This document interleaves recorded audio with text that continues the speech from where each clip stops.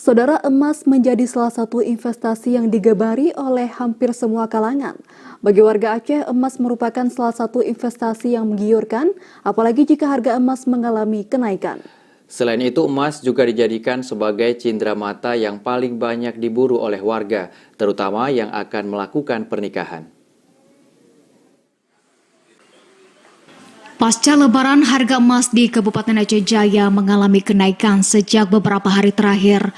Untuk hari ini, harga emas murni atau 99% mencapai Rp2.930.000 per mayam.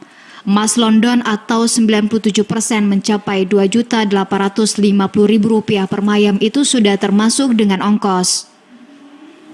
Padahal sebelum Hari Raya Idul Fitri atau Ramadan, untuk harga emas di daerah itu bertahan di harga Rp2.850.000 per mayam untuk emas murni.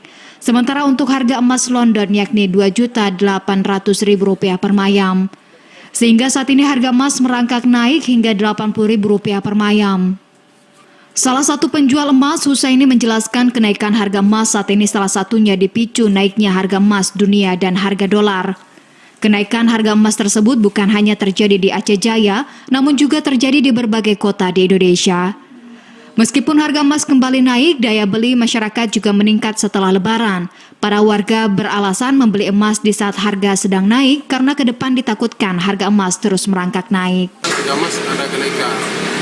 Sebelumnya kita jual Rp2.800.000 sampai Rp2.850.000.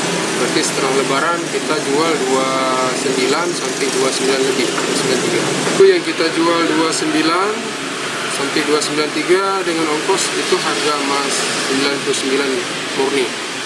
Kalau yang 97 itu lebih murah lagi, sekitar 50.000, sekitar 2850.